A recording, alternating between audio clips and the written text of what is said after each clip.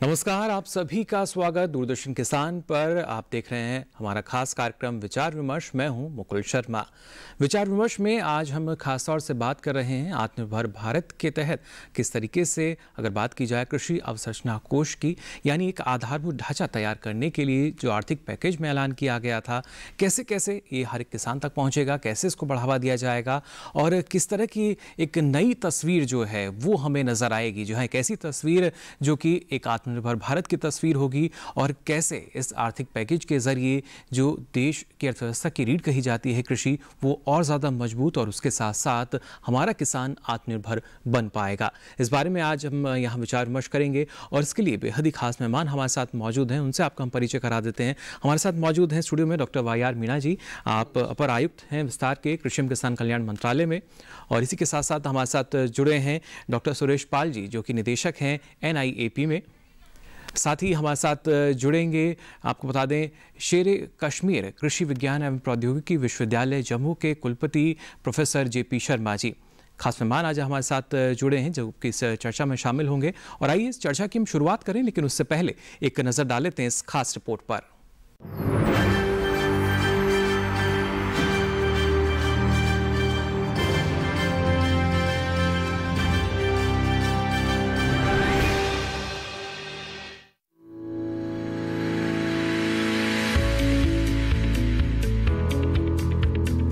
कृषि क्षेत्र के लिए अवसंरचना यानी बुनियादी ढांचा बहुत ही महत्वपूर्ण है और उत्पादन को अगले स्तर तक पहुंचाने में इसकी कारगर भूमिका है।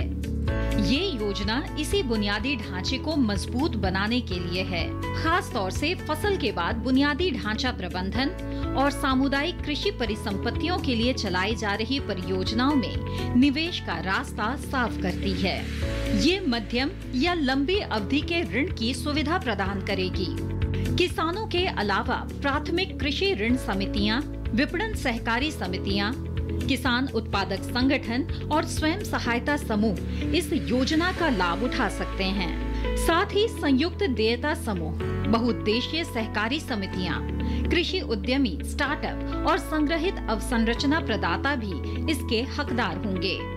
इनके अलावा केंद्रीय एजेंसियां, राज्य एजेंसियां या स्थानीय निकायों की ओर से प्रायोजित सार्वजनिक निजी भागीदारी परियोजनाएं भी इस योजना का हिस्सा बन सकती है। खास बात यह है कि सभी तरह के ऋणों में हर साल 2 करोड़ रुपए की सीमा तक ब्याज में 3% की छूट दी जाएगी। ये छूट अधिकतम 7 साल के लिए होगी। इसके अलावा 2 करोड़ रुपए तक के ऋण के लिए क्रेडिट गारंटी कवरेज भी उपलब्ध होगा। पुनर्भुगतान के लिए ऋण स्थगन कम से कम 6 महीने और ज्यादा से ज्यादा 2 साल के लिए हो सकता है। विशेषज्ञों का कहना है कि खेती और कृषि प्रसंस्करण आधारित गतिविधियों के लिए औपचारिक ऋण सुविधा ग्रामीण इलाकों में रोजगार के कई अवसर उत्पन्न करेगी। इस योजना की समय सीमा वित्तीय वर्ष 2020-21 से लेकर वित्तीय वर्ष 2029-30 तक यानी 10 साल के लिए होगी।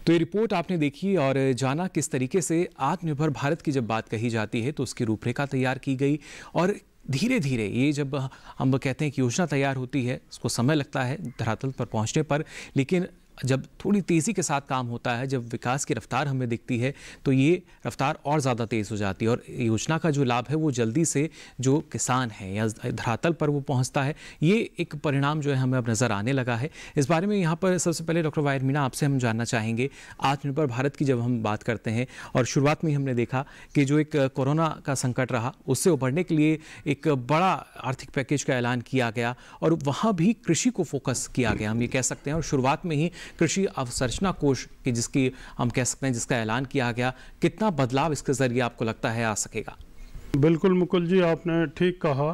कोविड-19 के बीच में जो लॉकडाउन सिचुएशन चल रही थी, उस टाइम जो आर्थिक पैकेज की घोषणा की गई थी जी, उसमें कृषि क्षेत्र को बड़ा महत्व दिया गया है। और निश्चित तौर पर क्योंकि हमारी आधी से ज़्यादा जो आबादी है देश की, बिल्कुल। वो कृषि पर निर्भर करती है, और कहीं ना कहीं डायरेक्टली इनडायरेक्टली हम सभी लोग कृषि से जुड़े हुए रहते हैं जी। क्योंकि हमारा जो खाना पेट भर के हमें मिल रहा है, बिल्कुल, वो कृषि के माध्यम से ही मिल रहा है। तो इसको, ये सिचुएशन से उबारने के लिए जो इसको झटका लगा, सेटबैक लगा, उससे निपटने के लिए घोषणाएं की गई कई तरह की जी। और आत्मनिर्भर भारत के नाम से ओवरऑल जो पैकेज आया, उसमें कृषि के क्षेत्र में एक तो विशेष ध्यान दिया गया, एग्री इंफ्रास्ट्रक्चर जो है, फार्म गेट, उसको मजबूत करना है। जी बिल्कुल। मतलब कृषि का जो मूलभूत ढांचा है उसको, मूलभूत ढांचे की अगर हम बात करते हैं तो उसमें जैसे मैकेनाइजेशन है जी, या कोल्ड चेन का लिंकेज है, या फार्म के लेवल पे प्रोसेसिंग यूनिट्स की बात है जी, मार्केटिंग इम्प्रूवमेंट की बात है।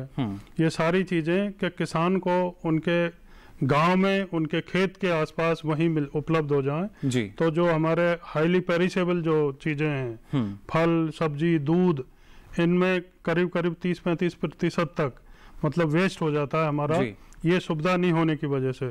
तो कोल्ड चेन डेवलपमेंट है जी, रोड्स के इंफ्रास्ट्रक्चर्स हैं, ट्रांसपोर्ट की फैसिलिटी है, प्रोसेसिंग यूनिट्स हैं, ये सारी चीजों को डेवलप करके मूलभूत सुविधाएं नजर आती थी, उनको और मजबूती दी जा सके।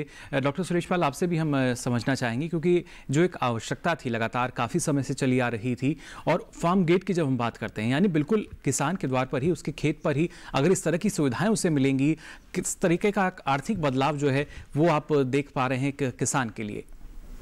देखिए, ऐसा है, जो इस सरकार की नीति रही है उसमें दो महत्वपूर्ण बातें हमको देखने में मिली हैं। पहली बात तो यह है कि जो हमारी उत्पादकता है उसको कैसे बेहतर करें जी, लेकिन इसके साथ ही जो हार्वेस्ट के बाद की जो गतिविधियां हैं या बाजार की जो व्यवस्था है उसको कैसे हम मजबूत करें, जिससे किसानों को उनकी उपज का अच्छा दाम मिल सके।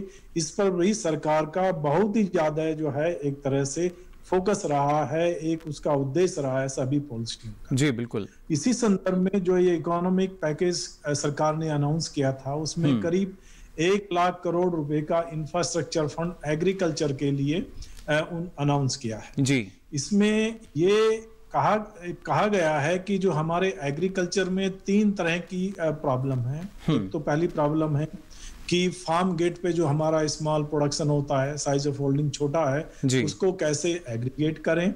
जो हमारी इंफ्रास्ट्रक्चर है उसके बाद में मार्केट वैल्यू से रिलेटेड हैं, उनको कैसे स्ट्रेंथन करें, उनको कैसे क्रिएट करें, और ये जो हमारी जो वैल्यू चेन है जो उसको कैसे उसमें वैल्यू क्रिएशन को हम बढ़ावा दें।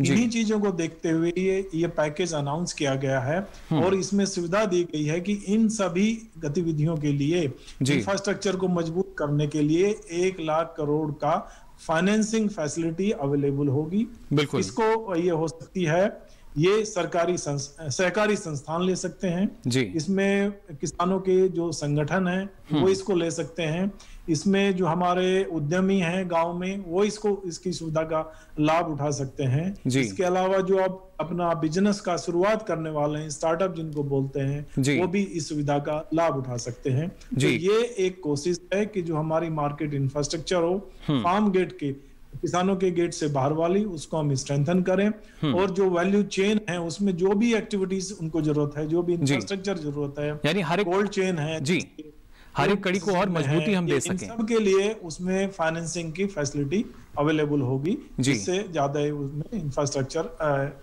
बढ़ावा मिले। बिल्कुल, एक आर्थिक मदद जो है वो देखिए यहाँ पर किसान को मिल पाएगी। और अगर आसान शब्दों में हम देखें डॉक्टर मीना, तो हम मान सकते हैं कि खेत से लेकर बाजार तक का जो सफ़र रहता था, बड़ा दुर्गम सफ़र किसान के लिए रहता था, उसको आसान करने के लिए अब हम मान सकते हैं कि तमाम योजनाएं आई, और आत्मनिर्भर भारत भी उन तमाम किसानों के लिए उसको और मजबूती देने के लिए। जी हाँ, बिल्कुल। और मार्केटिंग सेक्टर में बहुत बड़ा रिफॉर्म्स लाने की और सरकार प्रयास कर रही है, जैसे ई-नाम है, ऑनलाइन मार्केटिंग जी। अभी कुछ दिन पहले एक ऑर्डिनेंस आया था 1 नेशन 1 मार्केट के नाम से, तो उसमें ये सुविधा की गई है, किसानों को फ्रीडम दी गई है कि वो जहां जिस मंडी में भी चाहें अक्रॉस द कंट्री वहां पर अपना माल बेच सकते हैं। पहले कई तरह की बंदिशें थी पहले ये मुश्किल होती थी, किसान एक जगह से दूसरी जगह जाते थे और खासतौर से अलग अलग राज्यों की जब बात आती है तब मुश्किल होती थी। जी हाँ जी। और कई बार किसानों को जाने की जरूरत भी नहीं, ऑनलाइन ट्रेडिंग भी हो जाती है। उनका जो भी स्पेसिफिकेशन है क्रॉप का, यील्ड का जी, वो आप ऑनलाइन देख के और डील कर सकते हैं। पेमेंट भी ऑनलाइन हो जाता है जी। तो ई नाम के तहत भी देश की काफी सारी मंडियों को लिंक किया गया है जी। बिल्कुल, तो ये एक मार्केटिंग रिफॉर्म्स है। तो इससे निश्चित तौर पर किसानों को, जो डॉक्टर साहब कह रहे हैं, उनको दाम अच्छे मिलें जो भी उत्पाद हो उनका, तब जाके उनकी इनकम डबल हो सकती है। तो उसकी और भी सरकार के भरसक प्रयास है कि किसानों को उनके उत्पाद का, एक तो उसकी गुणवत्ता अच्छी हो, पर यूनिट प्रोडक्शन ज्यादा लें और फिर बाजार में उसके दाम अच्छे मिले जी। और मान लो कुछ इंतजार करना पड़े तो कोल्ड चेन डेवलपमेंट है, वेयर हाउसिंग है, अच्छा ट्रांसपोर्टेशन है, पैकेजिंग, ग्रेडिंग, इसके माध्यम से उनका मतलब उत्पाद सेफली बिल्कुल प्रोडक्शन से लेकर कंज्यूमर की टेबल तक पहुंच सके जी। यानी अब अक्सर हम देखते थे कि जो बागवानी के किसान है, अगर उन्होंने कोई अपनी उपज ली है, नुकसान वहां होता था, अब इस नुकसान को नहीं होने दिया जाए। और अक्सर हम देखते हैं, क्योंकि अगर देखा जाए अधिकतर मात्रा का जो प्रतिशत है वो आता है कि हमारे जो उत्पाद हैं वो सही समय पर अगर बाजार नहीं पहुंचे तो शायद उसका बेहतर भाव नहीं मिलेगा। गुणवत्ता यहाँ हमें बरकरार रखनी चाहिए और इसी वजह से अगर हम बात कर रहे हैं, कोल्ड चेन की बात कर रहे हैं, तमाम कड़ी दर कड़ी हम जोड़कर देख सकते हैं। साथ ही यहाँ पर डॉक्टर सुरेश पाल, आपसे भी हम समझना चाहेंगे, जो छोटे और सीमांत किसानों की खास तौर से बात की जाए, जिनका जो संख्या है, आंकड़ा है, वो काफ़ी ज़्यादा है हमारे देश में, क्या पहले एक मुहिम हमें ये देखनी होगी कि जो किसान हैं वो एफपीओ से ज़्यादा जुड़ें, स्वयं सहायता समूह से ज़्यादा जुड़ें, या इकट्ठा होकर भी, अगर, क्योंकि सरकार का प्रयास ये भी रहा है कि ज़्यादा से ज़्यादा जो किसान उत्पादक संगठन यानी एफपीओ हैं उनका अगर गठन किया जाए तो और ज़्यादा लाभ किसान को मिल पाएगा। हाँ, ये बहुत जरूरी है। जैसा मैंने पहले भी कहा था कि ज्यादातर हमारे सीमांत किसान हैं, छोटे किसान हैं जी। तो ये बहुत जरूरी है कि इनका जो प्रोड्यूस आता है या मार्केट से कोई इनपुट खरीदते हैं तो उसको हम कैसे उनकी जरूरतों को इकट्ठा करें, जिससे बाजार में जो उनकी एक तरह से ताकत है बाजार भावों को ठीक से परखने की, वो थोड़ी और ज्यादा मजबूत हो। तो इसलिए सरकार का प्रयास ये है कि जो फार्मर्स प्रोड्यूसर्स ऑर्गेनाइजेशन है वो इनपुट के लिए भी हो सकते हैं, वो किसी दूसरे खास एक जो कमोडिटी होती है या फसल होती है उसके लिए भी हो सकता है, या किसी और अन्य गतिविधि के लिए भी जो कृषि से संबंधित है उसके लिए ये एफपीओ हो सकते हैं। इसके अलावा हमारी जो है वो कोऑपरेटिव सोसाइटीज हैं, सहकारी संस्थाएं हैं छोटी छोटी, जो गांव के स्तर पर काम करती हैं, तो उनको भी मजबूत करने का प्रावधान जो अभी ये पैकेज अनाउंस किया गया है उसमें है। इसके अलावा भी सरकार की ये नीति रही है कि जो फार्मर प्रोड्यूसर ऑर्गेनाइजेशन हैं, किसानों के जो संगठन हैं, उनको कैसे हम बनाएं, कैसे उनको मजबूत करें, कैसे उनको मार्केट में उनकी एक्सेस बढ़ाएं, बार्गेनिंग पावर बढ़ाएं। और ये भी कोशिश रही है कि जो छोटे मोटे प्रोसेसिंग कर सकते हैं फार्म के लेवल पे इकट्ठा होकर ये सब किसान, उसमें भी उनको सपोर्ट मिले, फाइनेंसिंग मिले, टेक्नोलॉजी का सपोर्ट मिले, जिससे उनका वैल्यू क्रिएशन हो और उनकी बिल्कुल डॉक्टर सुरेश पाल। लेकिन इस फंड को अगर हम देखें, जो पहले हमारे किसान की आवश्यकता की पूर्ति के लिए ऋण दिया जाता था, उस ऋण से किस तरीके से अलग हम मान सकते हैं इसको? नहीं, वो जो किसानों को ऋण मिलता है उसका प्रावधान पहले से है जी। वो केसीसी के थ्रू मिलता है या बाकी और जो प्रोजेक्ट हैं वो बना के उनके थ्रू उनको मिलता है। करीब 11 लाख करोड़ उसका जो आज का देखा जाए तो उतना जो कृषि ऋण है वो किसानों को मिलता है। लेकिन जो ये व्यवस्था है ये उससे अलग है। किसानों का जो केसीसी का कवरेज है वो तो बढ़ाया ही है, सभी किसानों को इसके दायरे में लाएं। जो हमारे पशुपालन में किसान हैं उनको भी इसके दायरे में लाए, ये पूरी कोशिश की जा रही है। लेकिन ये इसके अलावा है इंफ्रास्ट्रक्चर को क्रिएट करने के लिए जी। ये संगठनों को मिलेगा, ये सोसाइटीज को मिलेगा, ये हमारे स्टार्टअप्स को मिलेगा, ये हमारे एंटरप्रेन्योर्स को मिलेगा। तो ये इसमें जो हमारी ये फाइनेंसिंग एजेंसीज हैं, बैंक्स हैं, उनका रोल बहुत ज्यादा होगा, नाबार्ड का रोल बहुत ज्यादा होगा। कैसे आइडेंटिफाई करें, कैसे इंकरेज करें और कैसे इस फैसिलिटी का लाभ वो उठाएं। और बिल्कुल ये काफी महत्वपूर्ण, जो लोग कृषि स्टार्टअप से जुड़े हुए हैं, डॉक्टर वाई मीणा, कैसे ये जो सुविधा है इसका लाभ वो ले सकते हैं, किस तरह का आवेदन उन्हें करना होगा इस ऋण की प्राप्ति के लिए, क्या कुछ बदलाव खासतौर से इसमें है इस बार? 2 तरह की बातें जैसे डॉक्टर साहब ने भी क्लियर किया। 1 लाख करोड़ जो प्रावधान किया गया है जी एग्री इंफ्रास्ट्रक्चर डेवलपमेंट के लिए, उसमें तो ग्रुप्स में जैसे आपके कोऑपरेटिव सोसाइटीज हैं, फार्मर प्रोड्यूसर्स ऑर्गेनाइजेशंस हैं, एग्री स्टार्टअप्स हैं, उनको प्रोजेक्ट बेसिस पर फंडिंग सपोर्ट मिलेगा जी। लेकिन व्यक्तिगत तौर पर किसानों को जो किसान क्रेडिट कार्ड होता है उसके माध्यम से उसके लिए भी 2 लाख करोड़ का प्रावधान किया गया है जी। और टारगेट है कि करीब 2.5 करोड़ किसानों को उसका लाभ मिले जी। और ये प्रावधान करने के बाद में लगभग 76 लाख एप्लीकेशंस रिसीव हुई हैं, जिनमें से 37 लाख लोगों को ऑलरेडी मतलब लोन दिया गया है, आवंटन हो चुका है। अब ये जो क्रेडिट कार्ड से लोन मिलता है बहुत ही नॉमिनल इस पे इंटरेस्ट चार्ज किया जाता है और इससे ज्यादातर संख्या में हमारे जो किसान भाई हैं जी वो परिचित हैं पहले से ही, क्योंकि योजना पहले ही चल रही थी, उसको और बूस्ट किया गया है जी कि ज्यादा से ज्यादा कवरेज हो उसका।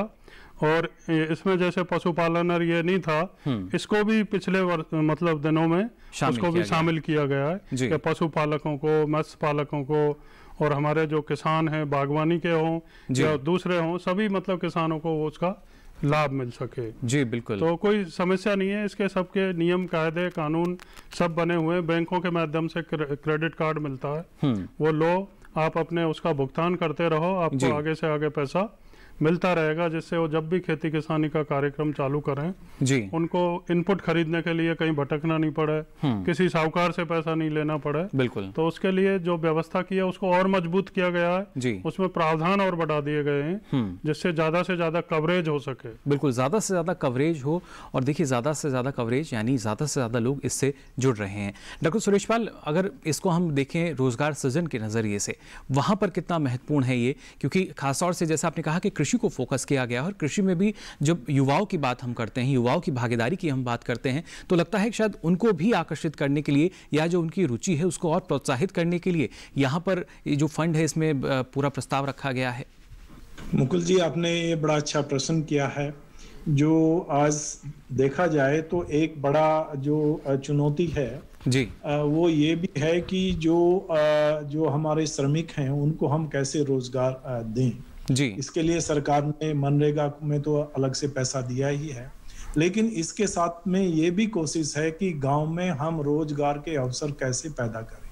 बिल्कुल, तो ये स्टार्टअप हमारे जो एंटरप्रेन्योर्स हैं, इस तरह से जो MSME वाले जो एग्रीकल्चर से जुड़े हुए हैं, तो उसमें प्रयास ये है कि गांव में एक तरह से हम इनोवेशन हब बनाए, प्रोसेसिंग सेक्टर बनाए। जो माइक्रो प्रोसेसिंग की बात हमने पैकेज में भी की है सरकार ने, तो उसमें हम कैसे वैल्यू क्रिएशन करें, वहां पे कैसे उसका एम्प्लॉयमेंट जनरेशन वहां पे हो, और जो लोग हैं जिनको रोजगार चाहिए वहां पे, चाहे वो स्किल्ड वर्कर हैं चाहे अनस्किल्ड वर्कर हैं या जो हायर लेवल उनके पास में डिग्री है, तो वो एक तरह से इस सुविधा का लाभ उठाते हुए एक तरह से अपनी वहां पे अपना काम शुरू कर सकते हैं। और उसका जो इसकी जो कंडीशंस हैं वो बहुत ही लिबरल हैं, बड़ी ही एक तरह से मैं कहूंगा आसान है। कोई भी जी जटिलता उसमें यानी नहीं है, लेकिन जटिलता उतनी ज्यादा नहीं है, रेट ऑफ इंटरेस्ट भी उतना ज्यादा नहीं है जी।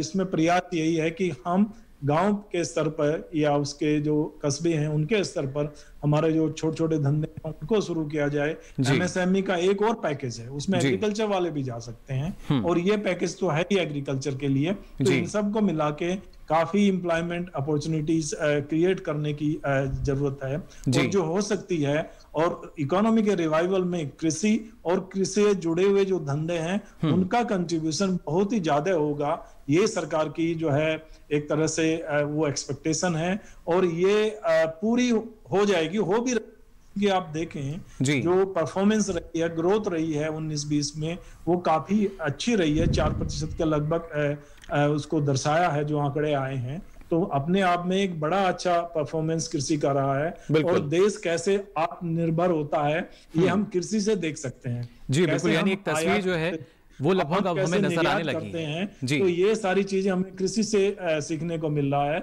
और इसको आगे इस दिशा में हमारे प्रयास जारी रहने चाहिए जी। प्रयास लगातार जारी हैं और एक सकारात्मक दिशा में हम कह सकते हैं हम आगे बढ़ रहे हैं देश को आत्मनिर्भर बनाने के लिए। और सबसे महत्वपूर्ण भूमिका उसमें कृषि क्षेत्र की, उससे जुड़े किसानों की, जिनको और मजबूती सरकार प्रदान कर रही है आत्मनिर्भर भारत अभियान के तहत। आगे भी इस बारे में हम अपनी चर्चा को जारी रखेंगे, लेकिन यहाँ फिलहाल रुक रहे हैं एक छोटे से ब्रेक के लिए।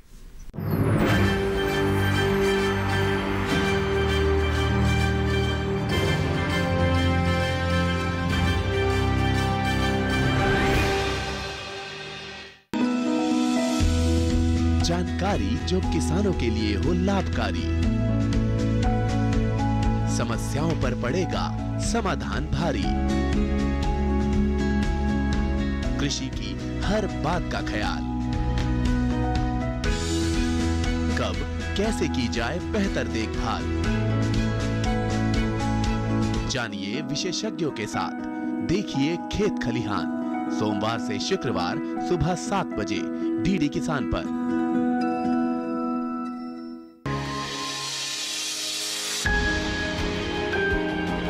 सहेजें कण कण को,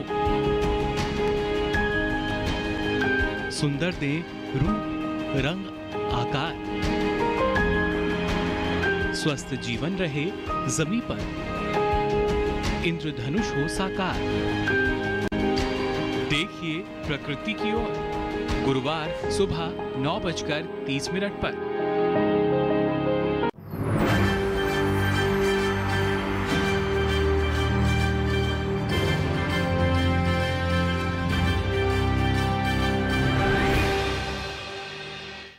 तो ब्रेक के बाद आप सभी का एक बार फिर स्वागत विचार विमर्श में। आज खास तौर से हम बात कर रहे हैं आत्मनिर्भर भारत की, और इसके तहत देखिए किस तरीके से जो एक आधारभूत ढांचे की हम बात करते हैं, यानी मूलभूत सुविधाएं जो हैं, पहले शायद गांव से शहर का रास्ता तय करना पड़ता था, लेकिन अब कोशिश यही कि जो सुविधाएं हैं आपको ना सिर्फ गाँव में आपके बल्कि आपके खेत पर भी अगर उपलब्ध हो जाएंगी तो कितना ज़्यादा फायदा आपको मिल सकेगा। लगातार इस बारे में हमारे साथ जो खास मेहमान जुड़े हुए हैं उनके साथ हम चर्चा कर रहे हैं, और जैसा हमने आपसे कहा था प्रोफेसर जेपी शर्मा जी जो कि कुलपति हैं जम्मू से, वो हमारे साथ जुड़ चुके हैं। आइए उनसे भी अब चर्चा का सिलसिला हम आगे बढ़ाते हैं। प्रोफेसर जेपी शर्मा जो कि कुलपति हैं शेर कश्मीर कृषि विज्ञान एवं प्रौद्योगिकी विश्वविद्यालय जम्मू, ये हमारे साथ जुड़ चुके हैं। बहुत बहुत स्वागत आपका प्रोफेसर साहब हमारे इस कार्यक्रम में, खास पेशकश में। और जब हम बात करते हैं आत्मनिर्भर भारत की, इस बारे में आपसे हम जानना चाहेंगे, क्योंकि आज के समय की अगर बात की जाए, आज के परिप्रेक्ष्य में हम देखें कितना महत्वपूर्ण है कि सारी एक जानकारी जो है या आत्मनिर्भरता जो है वो कृषि क्षेत्र में आ सके। जी, ये एक महत्वपूर्ण विषय है और इस योजना का कृषि के क्षेत्र में एक विशेष महत्व है, और जो आजकल जो चर्चा हो रही है उन दोनों बिंदुओं को ये एड्रेस करता है। हम आज की डेट में बात कर रहे हैं कि किसानों की आमदनी को कैसे डबल किए जाए, कैसे जो ग्रामीण क्षेत्रों में रोजगार है कि नए अवसर उत्पन्न किए जाएं, और कैसे सबसे बड़ी बात है ये आत्मनिर्भर ही नहीं, एक किसानों के लिए, युवाओं के लिए आत्मसम्मान का भी एक विषय है जी, जो इसको भी संबोधित कर रहा है। दूसरा, जो हमारे जो संसाधन हैं उनको कैसे बचाया जाए, वेस्ट होने से कैसे बचाया जाए, और आधारभूत संरचना कैसे उत्पन्न की जाए, ये इन विषयों को लेके ये जो योजना है वो चली है। खेती में इसका इसलिए भी बहुत विशेष महत्वपूर्ण स्थान है क्योंकि ये खेती हमारे लिए, कृषि हमारे लिए एक व्यवसाय नहीं, एक कल्चर है, एक संस्कृति है। और एक समय था जब हम कहते थे उत्तम खेती मध्यम बान निश्चित चाकरी भीख निदान, यानी कि खेती को एक नोबल प्रोफेशन के रूप में माना गया था। जी बिल्कुल। ये इसलिए भी बहुत महत्वपूर्ण है कि आज के समय में भी 43% जो रोजगार है वो खेती से मिल रहा है जी, और 17% से ज्यादा जो जीडीपी है हमारे देश की वो भी कृषि के क्षेत्र से ही आ रही है जी। तो इसमें इस तरह का इंटरवेंशन होना, ये इस तरह की योजना लाना जी बहुत ही महत्वपूर्ण है। बिल्कुल प्रोफेसर जेपी शर्मा, जिस तरीके से यहाँ भी कृषि क्षेत्र में भी जो अलग अलग क्षेत्र हैं उनका चयन किया गया है और एक समावेश जो है कई योजनाओं का, वो हमें यहाँ नजर आता है जब हम बात करते हैं आत्मनिर्भर भारत की। तो जी, इसमें देखिए एक बहुत बड़ा एलोकेशन 1 लाख करोड़ का किया गया है जिसमें एग्रीकल्चर के लिए इंफ्रास्ट्रक्चर डेवलपमेंट की बात की गई है, और इसमें जो इसका फोकस रखा गया है कि जो वेस्ट होता है हमारे देश में उसको कैसे बचाया जाए। माननीय प्रधानमंत्री जी ने अपना जो पहला टर्म था उसमें एक संबोधन किया था, उसमें कहा गया था कि zero hunger through zero wastage. तो ये उसको भी रेखांकित करता है, उसको भी एड्रेस करता है। मैं आपको बता दूं कि हमारे देश में 15 से 20% जो अन्न है वो वेस्ट हो जाता है सालाना जी, और हम फूलों की, सब्जियों की और फलों की बात करें तो उसकी कोई लिमिट नहीं है, कभी 30%, 40%, 50% तक भी वेस्टेज होता है जी बिल्कुल। और जो सालाना वृद्धि है उत्पादन में वो सिर्फ 3% है। तो आप सोच सकते हैं कि वृद्धि हो रही है 3% और वेस्टेज हो रहा है 15 से 20%।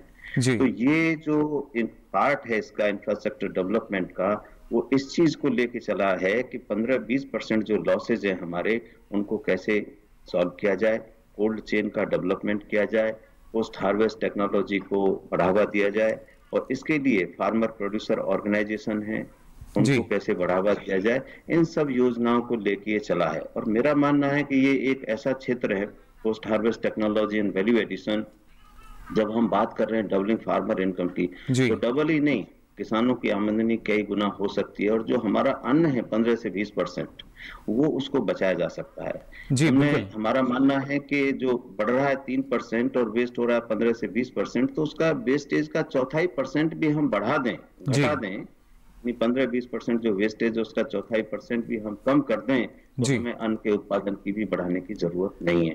तो ये योजना फोकस कर रही है फार्मर प्रोड्यूसर ऑर्गेनाइजेशंस पे, एंटरप्रेन्योरशिप डेवलपमेंट एग्रीकल्चर में, और स्टार्टअप कैसे शुरू किए जाए एग्रीकल्चर में, ये इस योजना का महत्वपूर्ण अंग है। लेकिन प्रोफेसर साहब, अगर देखा जाए, एक बड़ी चुनौती शायद हमारे सामने ये भी है, क्योंकि हमारे देश में जो छोटे और सीमांत किसान हैं उनकी संख्या काफ़ी ज़्यादा है, उन तक पहुंचना, हर एक किसान तक पहुंचना, और क्योंकि बात जैसा आपने कहा कि एक आधारभूत ढांचा जिसकी अभी तक कमी नज़र आती थी उसको पूरा करने की कोशिश इसके तहत की जाएगी।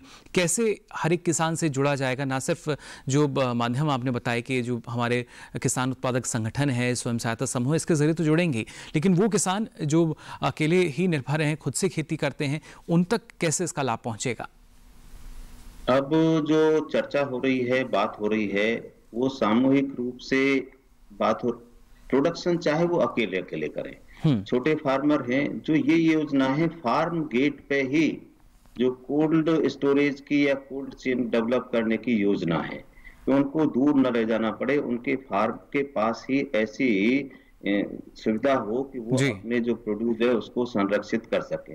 अभी मैं आपको बता दूं, क्योंकि पहले ये हमारा विषय ही नहीं था कि हमें कैसे बचाना है अन्न, क्योंकि खाने के लिए अन्न नहीं था। जी बिल्कुल। तो हमारे पास जो अभी जो आधारभूत संरचना है 11% प्रोड्यूस को रखने की ही है, तो उसमें से जो ज्यादातर जो स्पेस है वो एक ही क्रॉप है, जो आलू है, पोटैटो, उसी से ऑक्यूपाइड रहती है। तो अब ये हम जब 70 मिलियन टन हमारे पास में सरप्लस हो गया, तब हमारी चिंता हुई कि अब इसको रखें कैसे। तो आज प्रोडक्शन मैनेजमेंट से ज्यादा इंपॉर्टेंट हो गया सरप्लस मैनेजमेंट। जी बिल्कुल। 70 मिलियन टन कई देशों का उत्पादन भी नहीं है जितना कि हमारा सरप्लस है। जी। तो इसको देखते हुए, और ये जो कॉन्सेप्ट आया है फार्मर प्रोड्यूसर ऑर्गेनाइजेशन का, वो इसीलिए आया है कि इंडिविजुअल फार्मर प्रोडक्शन तो कर सकता है, लेकिन वो इस तरह की सुविधा अपने लिए पैदा नहीं कर सकता, न प्रोसेसिंग कर सकता, वैल्यू एडिशन नहीं कर सकता, ब्रांडिंग नहीं कर सकता, मार्केटिंग नहीं कर सकता, और एक्सपोर्ट की तो बात ही दूर है। तो इसमें जो हमारी योजना है 10,000 फार्मर प्रोड्यूसर ऑर्गेनाइजेशन हमें एक साल में बनाने हैं, और अभी इसकी संख्या बहुत कम है। जब इससे हजारों किसान जुड़ेंगे तो उनको सिर्फ वो उत्पादक के रूप में काम करेंगे, और उनके बाकी चीज की चिंता, स्टोरेज की, प्रोसेसिंग की, वैल्यू एडिशन की, मार्केटिंग की, वो एफपीओ करेगा, और ये शेयर होल्डर होंगे, और उनका जो प्रॉफिट होगा वो उनको दे दिया जाएगा। तो ये बहुत ही महत्वाकांक्षी योजना है, और इस पर सरकार का बहुत ही ज्यादा फोकस है, और ये कार्यक्रम शुरू हो गए। जो युवा हैं उनको भी पूरी तरीके से यहाँ मान सकते हैं कि केंद्रित किया गया है, वो कृषि क्षेत्र से जुड़े, और फिर चाहे कृषि स्टार्टअप की हम बात कर रहे हैं, एफपीओ की हम बात कर रहे हैं, तो वहाँ पर और ज़्यादा आत्मनिर्भरता जो है वो कुछ निकल कर आ सके आधुनिक तकनीक के साथ। जी जी, देखिए अभी हम देखें तो करीब 13% ऐसे युवा हैं जो 18 से 29 साल के हैं, 29 इयर्स के हैं जी, जो रोजगार के लिए जो है भटक रहे हैं। ये एक बहुत बड़ी संख्या है। जब हम अपने देश में देखें कि युवा देश है ये, तो 13% जो युवा हैं वो रोजगार के लिए भटक रहे हैं। तो ऐसी बहुत सी महत्वाकांक्षी योजनाएं इसमें रखी गई हैं। और एक दूसरी चीज जो मैं कह रहा था, आत्मसम्मान की, जी बिल्कुल, जो सोशल स्टेटस है एग्रीकल्चर का, उसका रिकॉग्निशन अब बहुत कम है। पहले हम कहते थे उत्तम खेती, आजकल पैसे की बात नहीं है, आमदनी हो सकता है होती हो, लेकिन जो सोसाइटी द्वारा जो फार्मर का रिकॉग्निशन है वो बहुत लो है। कोई भी व्यक्ति अपने बच्चे को, बेटे को, बेटी को चाहे चपरासी बनाना पसंद करेगा, वो खेती में डालना नहीं चाहता। उसका एक बड़ा कारण यही है कि social recognition of agriculture as a profession. तो इसमें ऐसी बहुत सी योजनाएं शुरू की गई हैं कि वो खेती से जुड़ी हुई कृषि आधारित व्यवसाय है। आप उसको किसी को किसान न कह के आप कहते हैं आप अपनी एंटरप्राइज के मैनेजर हैं, तो उसको एक गर्व होगा। जैसे उदाहरण के तौर पर मैं बताऊं, इसमें जो बहुत बड़ा एक एक्टिविटी है जो 500 करोड़ रुपए का है, बी कीपिंग पर रखा गया है। मैं इसका जिक्र इसलिए कह रहा हूं कि प्रधानमंत्री जी का भी इस पे बहुत फोकस है। ये सिर्फ एक आमदनी का जरिया नहीं, जिस खेत में जो बी कीपिंग के बॉक्सेस रखे जाते हैं मधुमक्खी पालन के, वहाँ 15 से 20% जो प्रोडक्शन है वो भी बढ़ जाता है। जी बिल्कुल। और एक ऐसा व्यवसाय है कि जो इसका एक डब्बा करीब 4,000 का आता है और वो एक ही साल में अपनी कीमत को वापस कर देता है, यानी पे बैक पीरियड उसका एक ही साल है। कोई ऐसी इंडस्ट्री देश में नहीं है जिसका पे बैक पीरियड एक साल हो। यानी किसी किसान ने या युवा ने 50 बक्से भी रखे हैं तो उससे 4,000 रुपए पर बक्से से आमदनी, यानी 2 लाख रुपए बिना जमीन के या बिना किसी उसके वो कमा सकता है। और इसमें एक प्रोविजन रखा गया है सब्सिडी का, इसमें 40% सब्सिडी भी किसान को मिलेगी जी, और इंटीग्रेटेड बी कीपिंग डेवलपमेंट और इसमें मार्केटिंग में भी सपोर्ट है। तो एक ऐसा व्यवसाय हो गया, इसको बिना रिस्क के कोई भी युवा इसको उद्योग धंधे के रूप में ले सकता है। जी बिल्कुल। दूसरा जो हमारे देश में बहुत बड़ी संपदा थी, हमारा देश इसके लिए जाना जाता था जड़ी बूटियों के लिए, मेडिसिनल एंड एरोमेटिक प्लांट्स के लिए, और उसका कारण ये था कि हमारे देश में हर तरह की जलवायु है। एक जगह ऐसी है जहाँ पूरे साल एक बूंद पानी नहीं गिरता, एक जगह ऐसी है चेरापूंजी जो पूरे साल हर दिन पानी गिरता है जी। कुछ समतल हैं, कुछ पहाड़ी हैं, तो हर तरह की भूमि हमारे पास जलवायु है।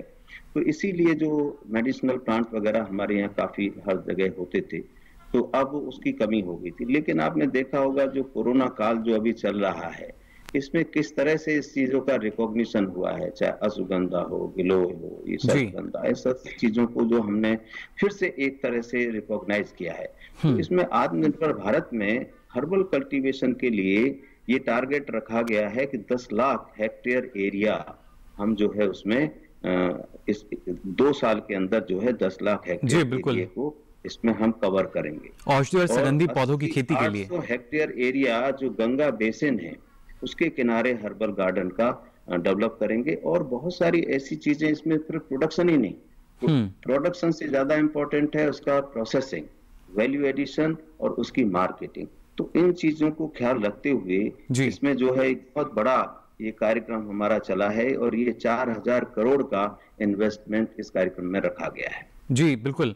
अलग अलग जिस तरीके से आपने बताया कि जो एक अवसंरचना कोष जो बनाया गया है जिसके तहत 1 लाख करोड़ की जो राशि है वो पहले सुनिश्चित की गई, और खासतौर से जो किसान है ऋण के रूप में उन तक ये पहुंचेगी, या जो एक किसान को उद्यमी का रूप बनाने की जब हम बात करते हैं, जो कृषि है उसको एक उद्यम के रूप में जब हम विकसित करने की बात कर रहे हैं, क्या आपको लगता है सबसे ज़्यादा जो हमारे किसान है, युवा हैं, वो किस क्षेत्र से जुड़ रहे हैं, ये अब हम सुनिश्चित कर पाएंगे? ये देखिए हमारी सोच में परिवर्तन आया है, पॉलिसी का ओरिएंटेशन इस तरफ हुआ है और किसान का भी।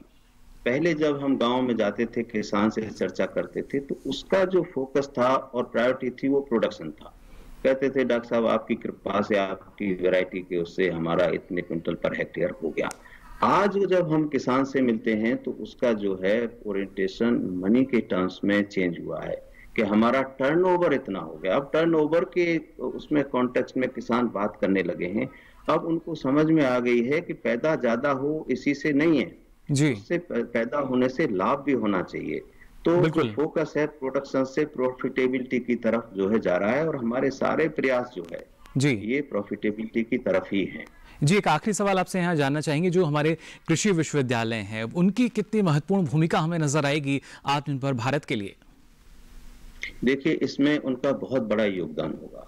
ये देश में जो हमारा एक्सटेंशन सिस्टम है पूरे वर्ल्ड में ऐसा कहीं नहीं है कि हर जिले में एक कृषि विज्ञान केंद्र है जी। और कुछ जो बड़े जिले हैं उनमें 2 भी कृषि विज्ञान केंद्र हैं जी। जैसे हमने अभी आत्मनिर्भर भारत को देखते हुए और आज के कॉन्टेक्स्ट में कृषि को देखते हुए 4-5 योजनाएं हमने बनाई हैं, उनको प्राथमिकता दी है जी। एक तो ये दिया है कि हर केवीके में एक इंटीग्रेटेड फार्मिंग सिस्टम होना चाहिए, क्योंकि हमने देखा है यहाँ हमने अपने इंस्टीट्यूट में, यूनिवर्सिटी में, स्कॉस्ट में एक डेवलप किया इंटीग्रेटेड फार्मिंग सिस्टम, जिसमें मछली पालन भी है, फल भी है, सब्जी भी है, वर्मी कंपोस्ट भी है, डेयरी है, बायोगैस है, ये सारी चीजें हैं।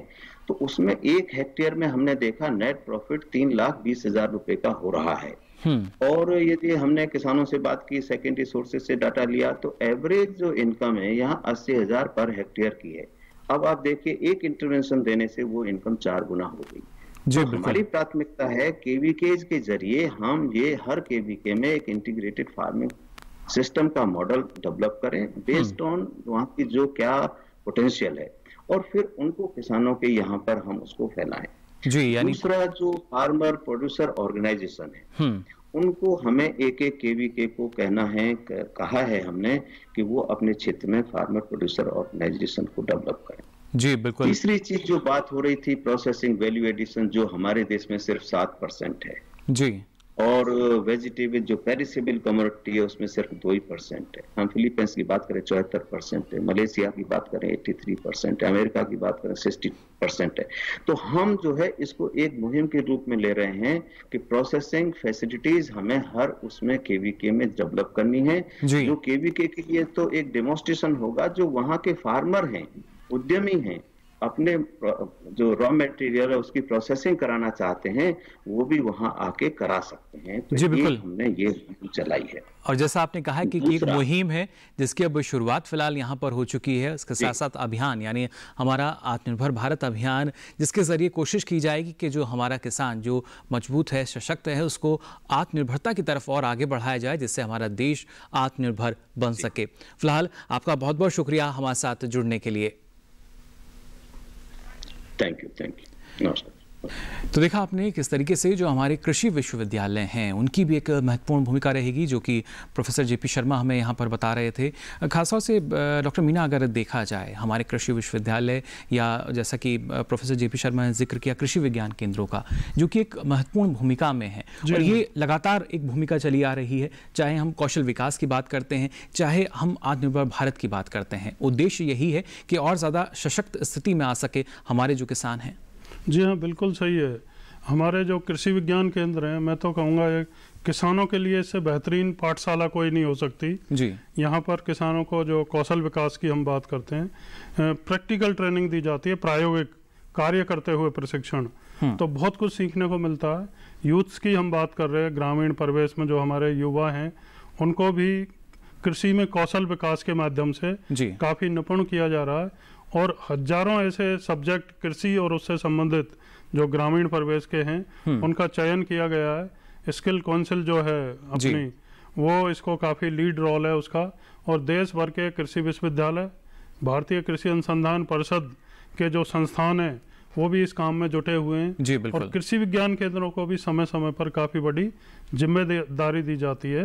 और कैपेसिटी बिल्डिंग जो हम कहते हैं, यही ट्रेनिंग, प्रशिक्षण, स्किल डेवलपमेंट जी, इसका प्रावधान अमूमन जितनी भी योजना है केंद्र सरकार की कृषि विकास की, उन सभी में एक कंपोनेंट होता है कैपेसिटी बिल्डिंग का। बिल्कुल। तो उसके तहत किसानों को मुफ्त में प्रशिक्षण की व्यवस्था होती है, कृषि के साहित्य की व्यवस्था होती है, और जैसे नर्सरी मैनेजमेंट है या छोटे स्तर पर जो हमारे मझले और सीमांत किसान हैं उनका जो प्रोड्यूस है मंडी में मान लो नहीं बेच पा रहे हैं, तो वो अपने लेवल पे ही उनका उत्पाद बना सकें, यानी पोस्ट हार्वेस्ट मैनेजमेंट, उसके लिए हमारा जो एग्री इंफ्रास्ट्रक्चर फंड में भी काफ़ी व्यवस्था की गई है जी। और ये जो कौशल विकास है इसके माध्यम से एग्रीकल्चर के कुछ सेक्टर ऐसे हैं जिनमें मशरूम की खेती है जी, नर्सरी मैनेजमेंट है, या प्रोसेसिंग छोटे यूनिट्स लगा के आप होम स्केल पे जैम, जेली, अचार, चटनी, मुरब्बा कुछ बना के इनकम जनरेट कर सकते हैं जी। और आत्मनिर्भर भारत की भी चर्चा करते हुए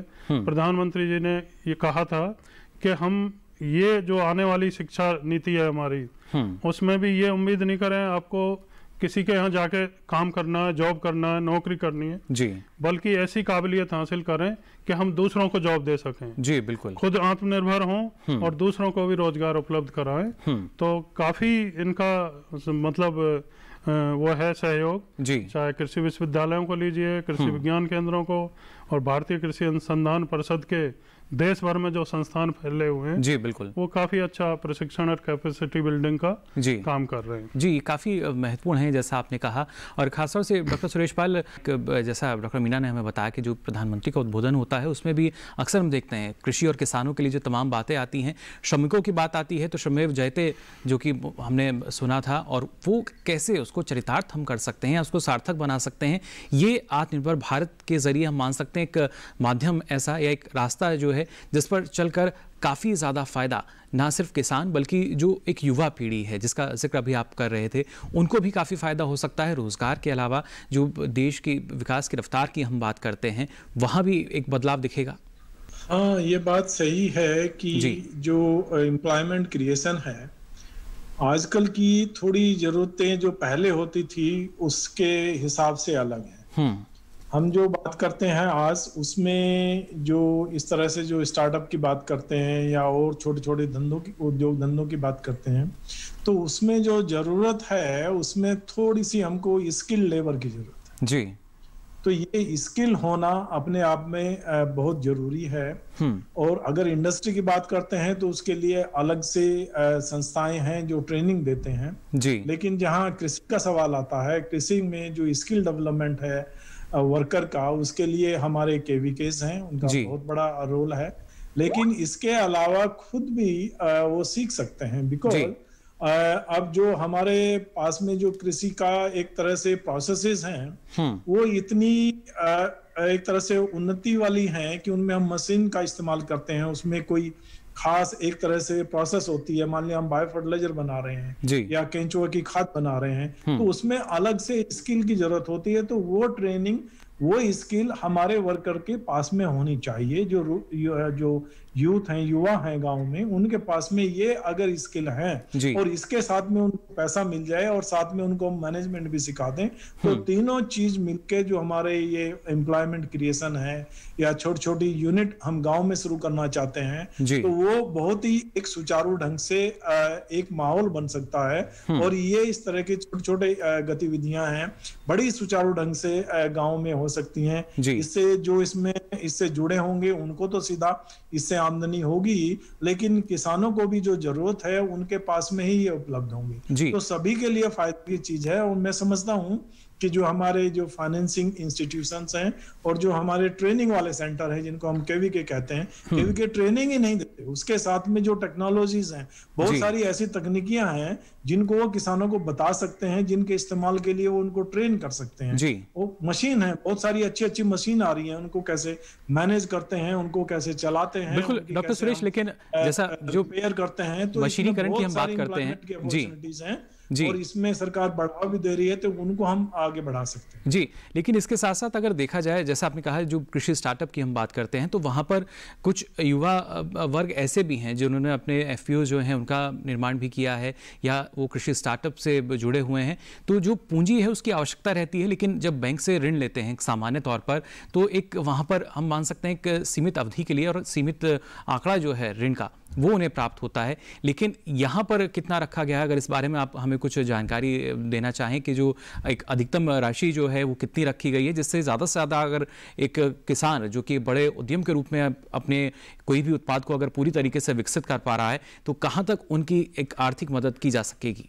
देखिए, किसानों का जहाँ तक सवाल है, तो उनके लिए तो जो एक तरह से कितना ऋण उनको मिल सकता है वो तय है। प्रति हेक्टेयर उनको कितना मिलेगा, गन्ने के लिए कितना मिलेगा, धान के लिए कितना मिलेगा, गेहूं के लिए कितना मिलेगा, वो मिलेगा। लेकिन इसके अलावा जो छोटी गतिविधियां कोई भी शुरू करें, चाहे किसान करें या कोई युवा शुरू करना चाहते हैं, तो वो कितना फाइनेंस उसको होगा, कितना लोन मिल सकता है, ये उस पर निर्भर करेगा वो करना क्या चाहते हैं, कितनी उसकी एक तरह से आवश्यकता है और कितना उससे लाभ या उससे जो है आमदनी होने वाली है। तो एक जिसको कहते हैं हम, उसकी जो रिटर्निंग, जो रिपेमेंट कैपेसिटी है, उसको बैंक, जो फाइनेंशियल हमारे इंस्टीट्यूशंस हैं, बैंक हैं, वो इसको असेस करते हैं। तो रिपेमेंट कैपेसिटी ये प्रोजेक्ट के ऊपर डिपेंड करती हैं। अगर प्रोजेक्ट अच्छा है तो उसमें छोटा भी आ सकता है, उसमें करोड़ रुपए तक आ सकता है, उससे ज्यादा भी जा सकता है। तो उसमें डिपेंड करता है कि आप किस तरह का, क्या रिक्वायरमेंट है, कैसा प्रोजेक्ट आप उनको दे रहे हैं, उसको असेस करती हैं फाइनेंसिंग इंस्टीट्यूशन। यानी किस चीज का चयन आप कर रहे हैं जी, सैंक्शन करते हैं। बिल्कुल, ये काफ़ी महत्वपूर्ण। और डॉक्टर वाहिद मीणा, अगर देखा जाए न्यूनतम और अधिकतम राशि कितनी रहेगी, ये कहीं ना कहीं प्रोजेक्ट पर भी निर्भर करेगा। लेकिन यहाँ पर अगर हम बात करते हैं सब्सिडी की, तो वो भी एक बड़ी आर्थिक मदद जो है वो दी जा रही है। ना सिर्फ आपको ऋण की सुविधा यहाँ पर है, बल्कि उसके बाद भी अगर आपको चाहते हैं तो यहाँ और भी सुविधाएं हैं। सब्सिडी की भी अगर हम बात करते हैं, क्या कुछ अभी तक इसमें सुनिश्चित है या उसके लिए भी अलग हम पैरामीटर मान सकते हैं? एग्रीकल्चर के जो प्रोजेक्ट्स हैं, प्रोजेक्ट बेसिस पे ही है सब्सिडी का भी। जैसे खासकर हम हाईटेक हॉर्टिकल्चर की बात करते हैं, green house, poly house, low tunnel technology, तो मेजरमेंट के हिसाब से है किसको कितना मिल सकता है जी। और उसमें 25-30%, 40% तक सब्सिडी है अलग अलग प्रोजेक्ट में, अलग अलग काम के लिए। और कभी कभी डेमोन्स्ट्रेशन पर्पज से छोटे किसान लगाते हैं जी, तो उसमें 80-90% तक भी सब्सिडी हो जाती है जी। जैसे ड्रिप सिस्टम है, स्प्रिंकलर सिस्टम है इरिगेशन का, सरकार बिग वे में उसको बढ़ावा दे रही है, तो डेमोन्स्ट्रेशन पर्पज से तो उसको काफी मिलता है। और दूसरा बात, यूनिफॉर्म नहीं है सब्सिडी का सिस्टम, क्योंकि केंद्र सरकार की जो योजनाएं हैं, केंद्र से जो सब्सिडी दी जाती है, उसके अलावा कई राज्य हैं जो अपना राज्य सरकारें अपनी ओर से भी सब्सिडी देते हैं जी। तो अलग अलग राज्य में कई कंपोनेंट पे अलग अलग सब्सिडी भी है जी। बिल्कुल, देखिए जो कृषि है राज्य का भी विषय है, 25% आराम से सब्सिडी मिलती है और प्रोजेक्ट कॉस्ट के बेसिस पे है कितना लोन मिलना है और कितनी सब्सिडी मिलनी है। यानी किसान को आत्मनिर्भर बनाने के लिए देखिए जो हम कह सकते हैं हर संभव प्रयास जो हैं वो किए जा रहे हैं केंद्र सरकार द्वारा। और आने वाले समय की अगर बात की जाए तो और ज़्यादा बदलाव जो है वो अब हमें नज़र आएगा। जो हमारा देश है आत्मनिर्भर हो रहा है, जो किसान है आत्मनिर्भर होंगे। फिलहाल हमारे साथ आज हमारे खास मेहमान, आप सभी ने इतनी महत्वपूर्ण, हम कह सकते हैं ना सिर्फ आप चर्चा में शामिल हुए, इतनी महत्वपूर्ण जानकारी हमारे साथ साझा की, इसके लिए आप दोनों का बहुत बहुत शुक्रिया, बहुत बहुत आभार। तो देखिए जाना आपने, जब हम बात करते हैं आत्मनिर्भर भारत की और इसके तहत भी जो हमारा कृषि अवसंरचना कोष है, यानी हम किस तरह का एक आधारभूत ढांचे की आवश्यकता थी, जो तमाम आवश्यकताएं हमारी, जो अपने गांव से बहुत दूर जाकर मीलों का सफ़र आपको तय करना पड़ता था, उसके बाद जाकर वो सुविधा मिलती थी, अब वही सुविधा आपके गाँव में मिलेगी। और वो हो सकता है सुविधा ना सिर्फ गांव में बल्कि आपको अपने खेत पर ही मिल सके। इसके लिए प्रयास जो हैं वो शुरू हो चुके हैं और इन प्रयासों का हम कह सकते हैं परिणाम जो है वो अब हमारे सामने आने लगा है। आने वाले समय में और ज़्यादा से ज़्यादा जो किसान हैं वो इनसे जुड़ेंगे, एफपीओ से जुड़ेंगे और उसके बाद एक नई तस्वीर जो है, एक आत्मनिर्भर भारत की जो एक बिल्कुल नई तस्वीर वो हमें नज़र आ सकेगी। फिलहाल विचार विमर्श में आज के लिए इतना ही। फिर हाजिर होंगे, किसी नए विषय पर करेंगे चर्चा। दीजिए इजाज़त, नमस्कार।